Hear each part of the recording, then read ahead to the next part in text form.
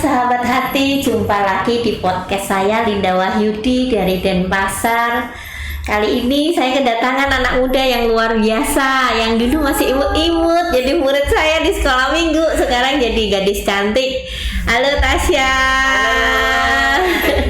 Seneng banget kamu mau ke tempat ini ngobrol sama Tante Linda.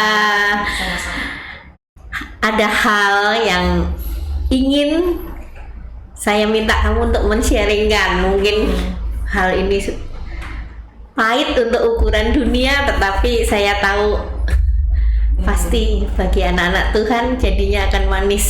Amin. Amin. Ya. Oke. Tasya, untuk sebagian besar anak-anak muda yang saya tahu ya, kalau papi maminya divorce, biasanya sebagai anak itu akan sedikit guncang. Ya. Nah, boleh nggak Tante Linda tanya, waktu itu Tasya waktu papi mami divorce itu umur berapa ya? Kalau waktu seingat aku sebenarnya papa mama tuh nggak divorce. Oke. Jadi lebih tepatnya pisah. Pisah, gitu. oke. Pisah tapi tidak ada surat bahwa Iya. mereka cerai gitu. Oke. Seingat aku itu waktu aku kuliah. Jadi memang sudah pisah pada saat kuliah. Karena saya dan kakak kuliah di Jakarta. Lalu waktu itu juga akhirnya mama menyusul ikut ke Jakarta. Jadi saya menganggap bahwa saat itulah udah pisah gitu. Karena kita tinggalnya udah pisah dengan papa. Oke. Apa hal-hal yang kamu alami? Maksudnya kamu terluka atau enggak dengan kejadian itu? Iya.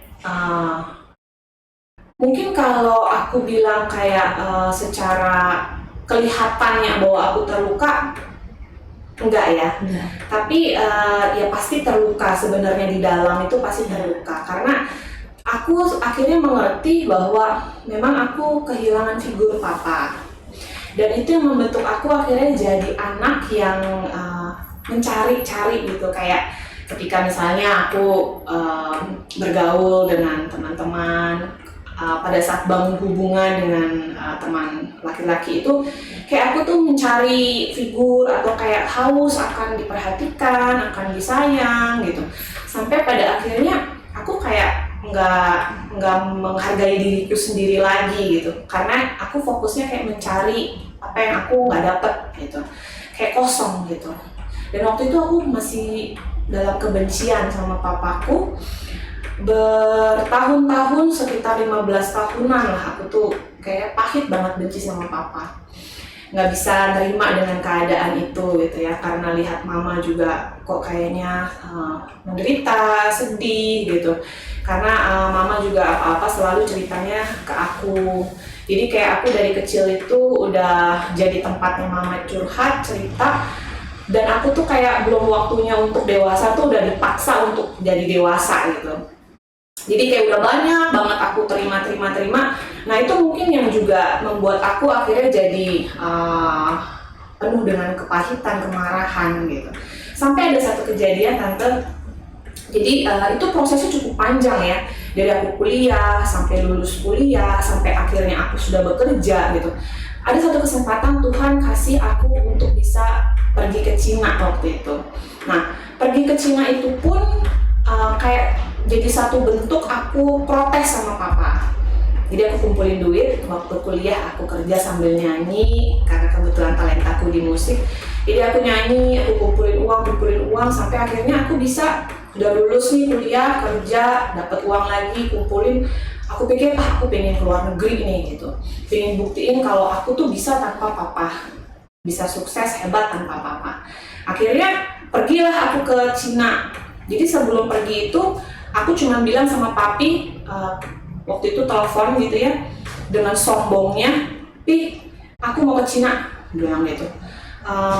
Udah cuma mau ngomong gitu aja, nggak minta izin, cuma mau ngasih tahu aja. Terus papa kan ya, "Loh kamu gimana kok bisa dapat uang dari mana?" "Udah tenang aja, aku uang sendiri kok," gitu. Singkat cerita, pergi dengan kemarahan dan kesombongan sampai di Cina, hancur hidupku. Maksudnya memang aku di Cina sekolah bahasa Mandarin, Sampai di sana aku bergaul dengan teman-teman orang Rusia, orang macam-macam lah ya, dari negara-negara gitu.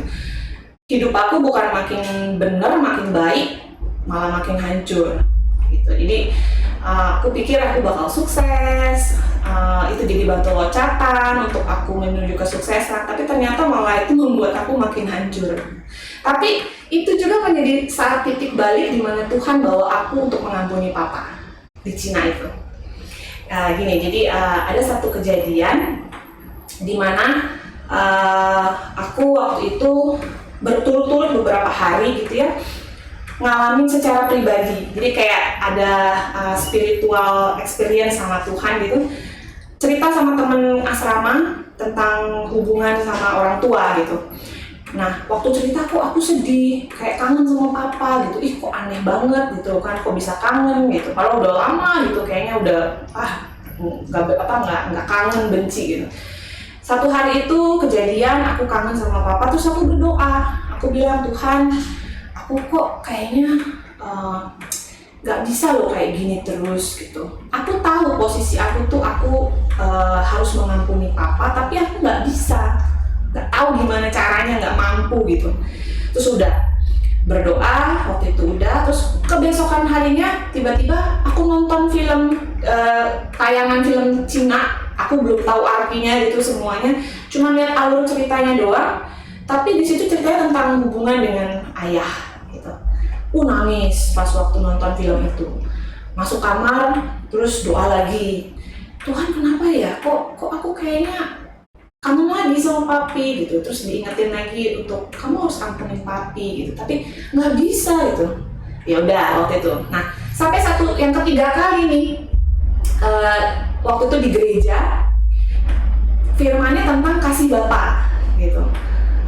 Wah, pas ditantang untuk siapa yang mau didoakan gitu, maju ke depan. Aku doa, maju ke depan, didoain nangis-nangis gitu.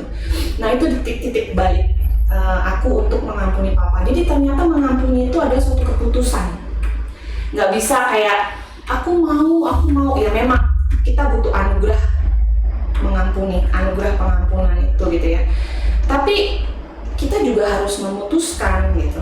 Nggak bisa kayak mau tapi nggak ada action apa-apa gitu. Jadi akhirnya aku ambil keputusan bahwa iya, aku mau mengampuni papa. Nah, actionnya berikutnya apa? Action berikutnya adalah aku pulang ke Indo. Iya, jadi waktu itu masih dalam keadaan masih sekolah, tapi aku ngambil tindakan bahwa aku sudah berdamai dengan Tuhan, aku sudah berdamai dengan diriku, menerima keadaan diriku, keluargaku yang seperti itu. Berikutnya aku harus berdamai dengan orang tersebut gitu, yaitu papiku. Jadi aku pulang ke Indo, beli tiket, langsung ke Jakarta waktu itu. Terus aku ajak mami sama kakak untuk ke Bali gitu, karena papa posisi di Bali kan. Jadi aku ajak mereka untuk ke Bali dan kita sama-sama kayak rekonsiliasi keluarga. Iya. Waktu tahun berapa itu ya? 2017. Papa mau hadir juga. Papa waktu itu nggak tahu, kaget. Kan udah lama nih nggak ada hubungan kan. Ya. Tiba-tiba aku telepon pas udah di Jakarta. Pi, aku mau ke Bali gitu. Tapi dalam kondisi hati sudah bener gitu, sudah baik. Pi, aku mau ke Bali gitu. Papi kaget. Hah, kamu udah di Indonesia gitu kan? Iya. Udah pokoknya nanti tenang aja, kita ketemu udah gitu ya. Udah. Terus sampai Bali, janjian ketemu waktu itu. Habis itu ya itu di situ kita ketemuan di satu tempat. Habis itu kita ya udah langsung, aku yang duluan memulai. Aku bilang, Vi, aku tahu selama ini aku salah karena aku sudah membenci papi. Jadi aku mau minta ampun, aku bilang sama papi. Dan aku juga minta papi bisa mengampuni aku. Terus di terakhirnya aku bilang, aku sudah mengampuni papi gitu. Jadi aku minta ampun, habis itu aku minta papi ngampunin juga, dan aku bilang bahwa aku sudah mengampuni gitu. Jadi hari itu juga aku ngerasa kayak beban yang bertahun-tahun selama belasan tahun itu Tuhan angkat gitu. Yang kayak gila, selama ini aku hidup tuh bawa beban yang berat banget gitu, yang aku nggak tahu gitu apa, itu diangkat gitu. Jadi kayak semenjak hari itu aku ngalamin kemerdekaan lah gitu ya. Dan waktu itu juga jadi momen buat mama sama kakak juga bisa ngomong sama papa untuk melepaskan pengampunan gitu. Aku rasa itu juga jadi momen waktu itu mama benar-benar bisa ngampunin. Singkat cerita dari situ selesai beres, lanjutin kehidupan. Reaksinya papa apa waktu itu? Oh papa, kita nangis waktu itu. Papa nangis, aku nangis, kita nangis gitu. Papa kaget gitu karena jadi ternyata ya orang yang merasa dirinya salah itu tuh hidup dalam ketertuduhan yang mungkin lebih berat daripada kita yang benci sama dia, atau lebih berat daripada orang lain yang punya masalah apa lah gitu ya. Jadi ternyata dia pun hidup bertahun-tahun dengan perasaan bersalah gitu. Nah, ada satu yang mungkin secara spiritual ya aku ngerasain gini. Waktu aku lihat papa pas ketemu, itu kayaknya dia tuh gelap banget. Sebenarnya dia kulitnya nggak hitam-hitam banget gitu ya. Tapi kayak auranya apa gimana, mungkin karena dia merasa dibenci, bertahun-tahun dia tahu dia bersalah istri anak-anaknya. Tapi ketika waktu aku ngomong melepaskan pengampunan, itu kayak selubung atau yang gelap itu tuh kayak diangkat gitu. Dan itu secara nyata aku rasain gitu. Ini kayak diangkat gitu, dan papa juga kelihatan langsung kayak cerah gitu. Papa dia juga saya rasa waktu itu papa juga ngalamin kayak breakthrough lah gitu dalam hidupnya ya. Dia punya proses sendiri gitu. Dia ngalamin breakthrough di situ. Dan setelah kejadian itu saya mendengar kita sudah punya hubungan yang baik. Memang itu proses, nggak bisa langsung, tapi saya sudah minimal sudah melangkah yang pertama. Sudah ada langkah awal dan kita mulai jalin hubungan lagi. Dan saya mendengar bahwa papa waktu itu sudah juga mulai menata hidupnya dengan maksudnya hubungan dia dengan Tuhan sudah mulai kembali gitu. Saya percaya itu semua yang kamu ceritakan, karena kebetulan saya hipnoterapis kan. Setelah habis terapi orang, itu wajahnya kelihatan langsung nyala. Karena dia sudah pengampunan langsung mengeluarkan. Seperti itu. Nah gitu ceritanya. Kemudian selanjutnya hidup berjalan terus. Kembali lagi saya ke Cina, melanjutkan sekolah. Lalu ada satu kejadian momen lagi di mana Tuhan proses saya waktu selama saya di Cina itu. Saya membangun hubungan dengan orang yang berbeda keyakinan dengan saya. Nah, di situ Tuhan juga proses saya lagi untuk saya taat gitu. Nah itu nggak gampang juga, berat buat saya karena saya masih dalam luka. Memang sudah mengampuni, tapi kayak masih ada sisi di mana saya tuh pingin dapetin orang yang bisa sayangin saya, perhatiin saya, yang saya nggak dapet waktu itu. Puzzle yang hilang kita mencari. Nah, tapi di situ Tuhan bilang lagi, kamu mau taat nggak sama aku? Kalau kamu mau taat ya kamu lepasin orang itu. Tapi saya bilang waktu itu gini, enggak ini udah yang paling baik ini yang saya mau semua ada di orang ini nih gitu. Nggak bisa. Jadi kayak tarik-tarikan sama Tuhan waktu itu. Sampai akhirnya mengambil keputusan lagi. Jadi memang saya lihat dalam hidup saya dan mungkin kalau ini karena saya cerita dari sisi saya ya, memang harus mengambil keputusan gitu. Di dalam setiap hal ya, mau taat atau enggak ya harus ngambil keputusan. Akhirnya saya ngambil keputusan waktu itu karena saya mau taat sama Tuhan, saya putusin dia dan saya kembali ke Indonesia. Padahal Tante Linda dari kecil itu saya punya cita-cita kepingin bisa tinggal di luar negeri.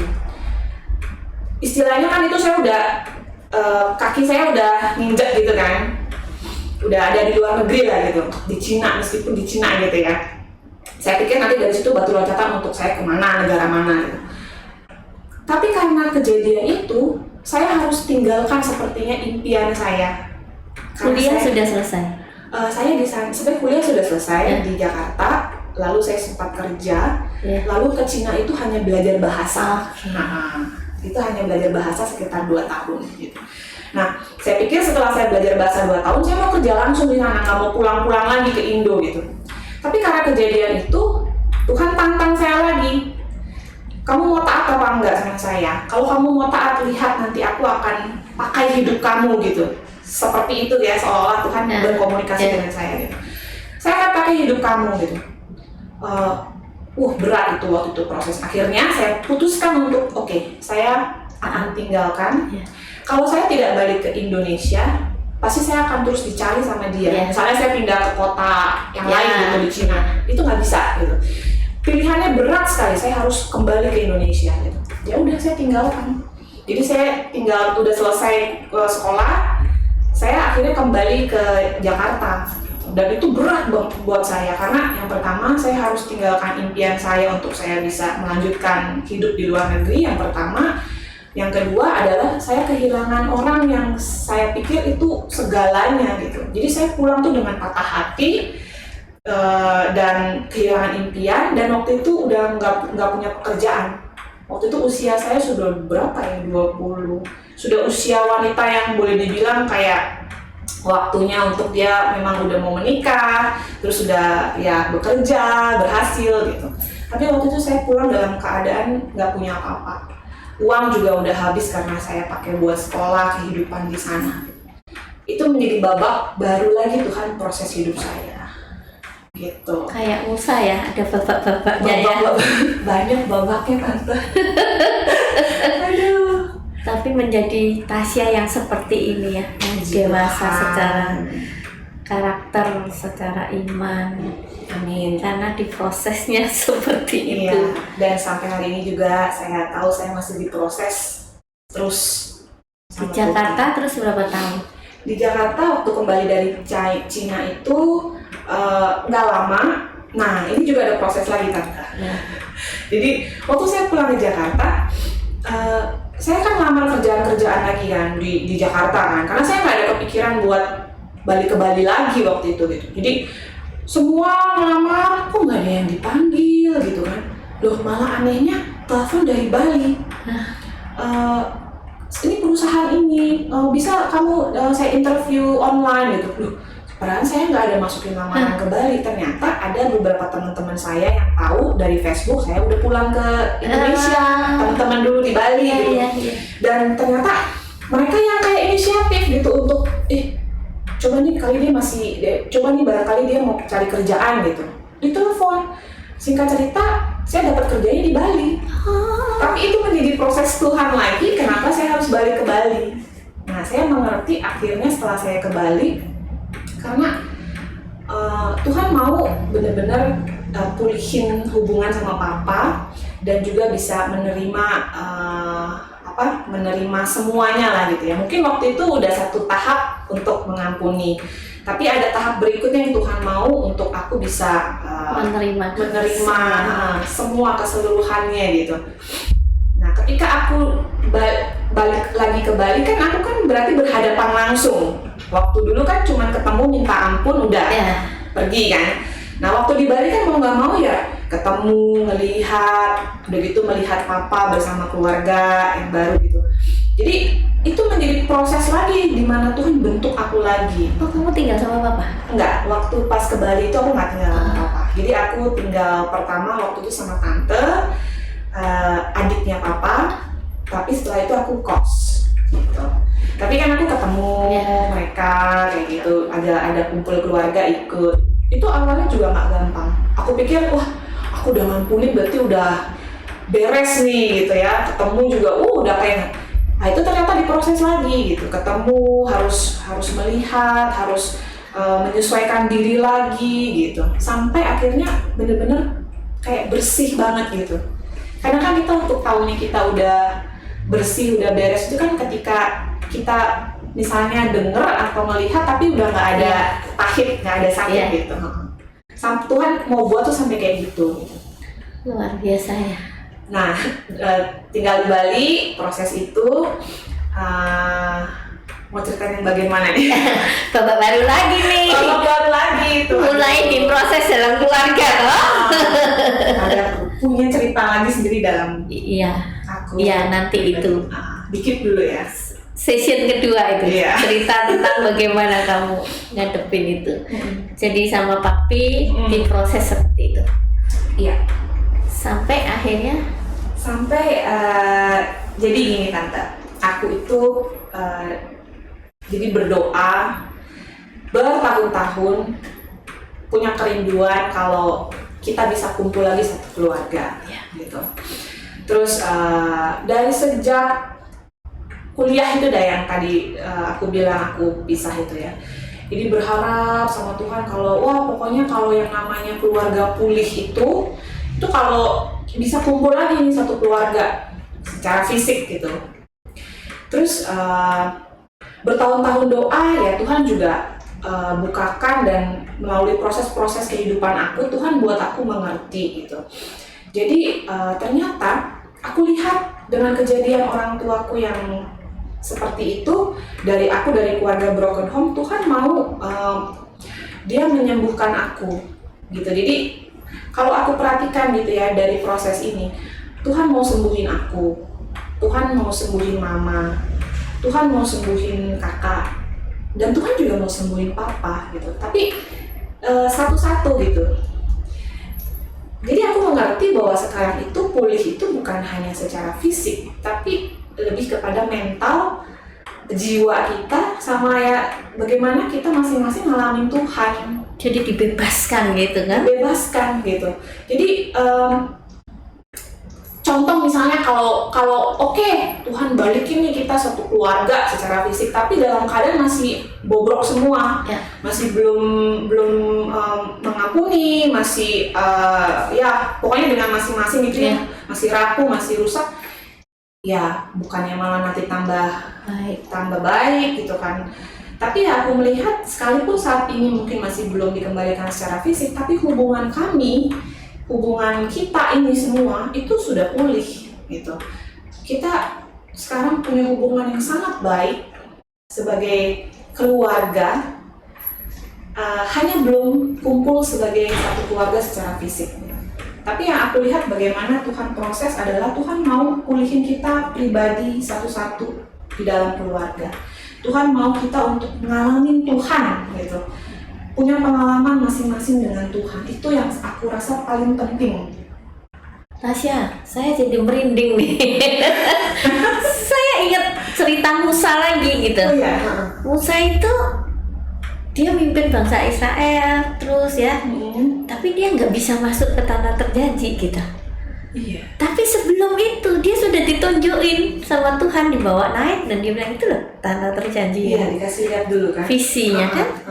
Meskipun dia nggak bisa masuk, tapi secara mental, secara rohani dia kan sudah mengalami itu tanah terjanji itu. Iya.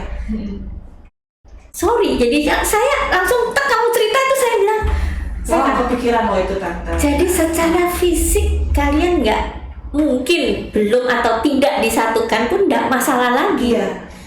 Karena secara mental, secara roh kalian sudah disatukan. Iya, betul. Sudah mengampuni, sudah bersih, sudah kayaknya keluarga di dalam roh begitu loh. Iya, saya sampai pernah juga punya pemahaman seperti itu, tapi saya nggak ngehnya ke Musa, cerita Musanya ini udah tante ngomong aja saya baru. Tapi saya pernah sampai ada di titik pemahaman bahwa gini, nggak lagi penting gitu untuk itu maksud saya, nggak lagi penting bahwa harus satu keluarga itu fisik. Yes, itu maksud saya. Jadi ya udah akhirnya saya bisa menerima gitu. Ya. Yang penting ya tadi itu pengalaman, sama-sama punya pengalaman sama Tuhan yang paling penting. Kalau itu mah bonus aja. Kalau dibalikin lagi bonus ya. Iya. Nggak penting lagi gitu loh. Tetapi ada kasih di situ. Makanya saya begitu kamu cerita langsung itu yang teringat Musa. Oh, mungkin Musa itu kayak gitu loh. Dia happy sekali. Jadi secara roh dia sudah masuk ke tanah terjanji walaupun fisiknya mungkin enggak gitu. Thank you banget ya. Ini menguatkan saya loh. Bahwa kadang-kadang apa yang kita pikir itu terbatas. Sampai fisik kan kita mikirnya itu seperti itu. Tetapi Allah kita itu tidak terbatas. Betul. Iya. Dan itu indah loh Tasya. Tidak semua orang bisa mengalami satu keluarga di dalam roh. Walaupun fisiknya mungkin kumpul seperti kamu ngomong, tapi belum tentu satu keluarga di dalam roh. Tante Linda. Ya, puji Tuhan. Tuhan baik banget. Dan saya juga bersyukur kenapa saya diizinkan untuk boleh mengalami ini. Gitu. Yes. Kalau mungkin saya nggak mengalami ini, saya mungkin juga menjadi pribadi yang manja. Gitu. Karena kalau saya ingat waktu kecil itu sebelum papa mama pisah ya gitu, kita dari keluarga yang harmonis, baik, kita melayani sama-sama gitu. Saya juga dari kecil itu nggak pernah yang namanya kayak dimarahin atau nggak pernah gitu ngalamin luka batin, itu nggak pernah Tante Linda. Karena dari ceritanya mama gitu ya saya ini memang dipersiapkan gitu, jadi dikasihi sampai saya lahir semua itu dalam keadaan baik. Tiba-tiba yang kejadian papa mama pisah itu gitu. Jadi saya flashback lagi, kalau saya misalnya nggak ngalamin ini, mungkin saya akan jadi perempuan yang manja, yang nggak bisa menghargai orang mungkin, atau nggak punya pengalaman sama Tuhan gitu yang. Tapi dengan kejadian ini, justru sekarang ini saya tuh bersyukur banget gitu. Saya bisa menerima keadaan saya, keluarga saya, dan saya bersyukur Tuhan izinkan ini terjadi supaya saya bisa mengalami Tuhan. Dan kamu tahu nggak? Itu yang paling penting. Kamu cerita begini nih, saya langsung dilihatin visi gitu loh. Wah. Bahwa kamu mengalami semua itu untuk menolong orang lain. Orang lain yang ngalami kepahitan kayak kamu. Kalau kamu nggak ngalami seperti ini, kamu nggak bisa nolong orang lain yang ngalami kepahitan. Paling kamu juga cuma ngasih yang sabar. Semua nanti diproses Tuhan, tapi gak keluar dari hati. Tasya, kamu tadi cerita kamu masa kecil disiapkan di Maja. Saya ini saksi hidupmu loh. Iya. Jujur ya Tasya, jujur ya. Saya sangat mengidolakan keluargamu. Iya. Setiap hari saya cuma berdoa ke Tuhan. Andaikan saya punya keluarga yang demikian, empat melayani gitu di dalam kecil ya. Satu misa. Itu kalian melayani dan memberikan diri. Terus papi mami itu kalau mau pergi itu saling memberkati. Itu saya masih ingat di mata saya. Saya bilang, wow. Jadi ketika kejadian itu tante nggak tahu sama sekali, tidak tahu. Sampai mami pindah ke Jakarta ya. Saya pikir ya bareng sama papi, nggak ada kepikiran sama sekali. Tahunya baru akhir-akhir ini. Pas ketemu lagi ya, udah setelah tahun. Kaget juga.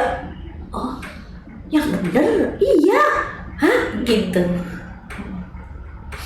Itu ada part lagi prosesnya mama sih sebenarnya, dimana ya mama mungkin dia tipikal yang orang yang nggak bisa menceritakan aib gitu ya keluarganya kepada teman-temannya, sekalipun mungkin teman dekat gitu. Jadi makanya tadi yang saya bilang, tante ceritanya ke saya gitu. Kalau ke kakak kan orangnya lebih easy going kan, jadi mungkin nggak bisa ngomong ke kakak, akhirnya ngomongnya ke saya. Jadi saya tuh tempat mama cerita semua segala macam, jadi dia nggak bisa cerita sama orang teman-temannya gitu. Makanya nggak ada yang tahu.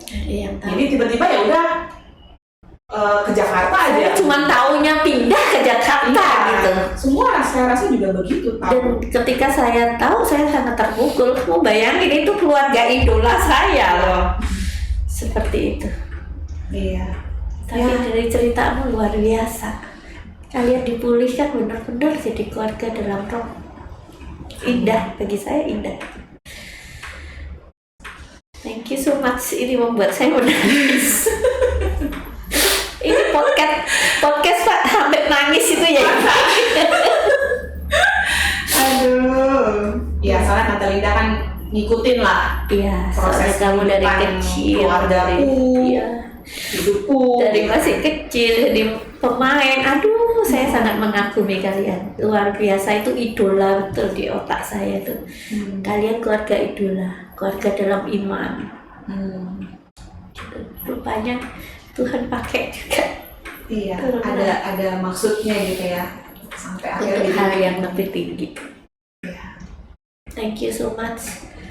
saya masih mau ngobrol lagi tentang hal yang lain Pak. Nanti ya ada Ya. part berikutnya ya. Ya. Kisah hidup saya lagi yang Session berikut. 2. Ya. Ya, thank you. Saya juga pengen ngundang Mama. Oke. Supaya keluar lah. Supaya ceritanya juga nyambung nih pada iya gitu. Iya. Dengar dari sisi mama Perjuangan gimana. mama. Perjuangan mama luar biasa. Luar biasa, saya tahu. Iya. Dan tapi dalam hal ini tante saya bisa bilang bahwa saya bersyukur punya papi dan mami. Yes. Saya tidak bilang bahwa maksudnya mami aja gitu ya, papi karena pernah buat kesalahan lalu saya nggak bersyukur punya papi seperti papi gitu. Tapi saya bisa bilang bahwa nggak ada hal lain lagi, maksudnya yang kalau saya bisa minta di dunia ini ya, saya bersyukur lah dengan adanya papi dan mami di dalam hidup saya. Maksudnya mereka orangnya gitu, dan kejadian ini juga saya syukuri gitu dari kejadian mereka. Saya mengasihi mereka berdua.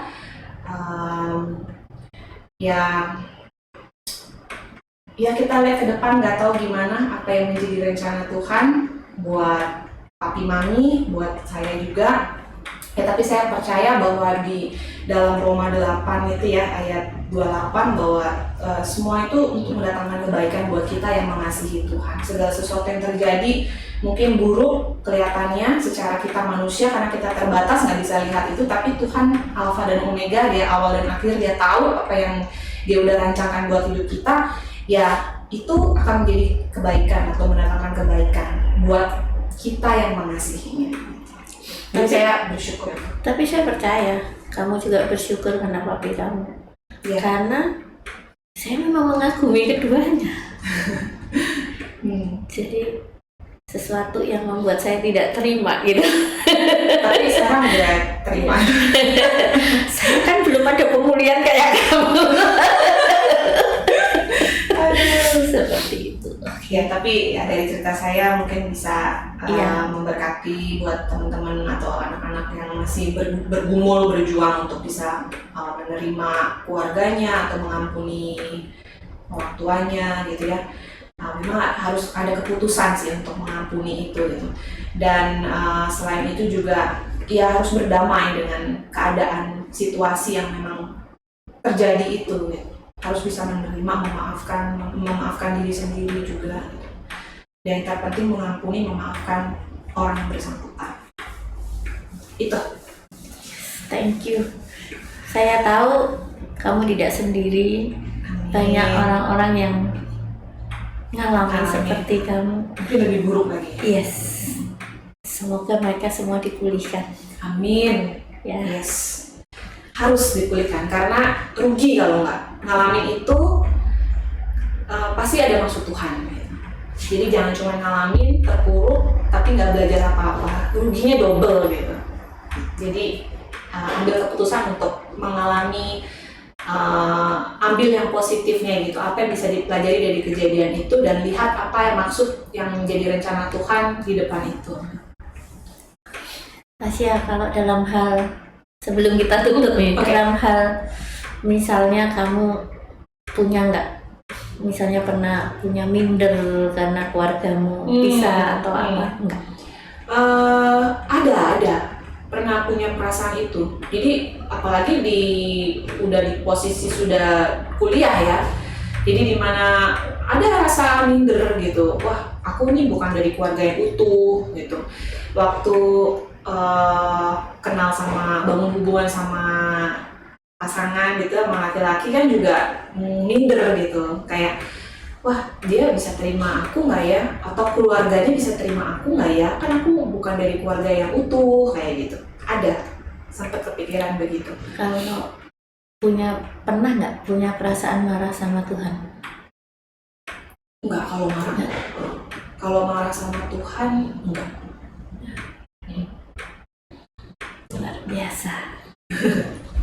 Oke, thank you Tasya. Oke, Ya, sampai ketemu episode kedua ya. Yes. Oke, teman-teman semua, shalom. Thank you so much sudah ikut bersama kami di podcast ini. Semoga cerita-cerita ini memang memberi peneguhan dan kekuatan buat banyak orang. Shalom, sampai jumpa. Bye.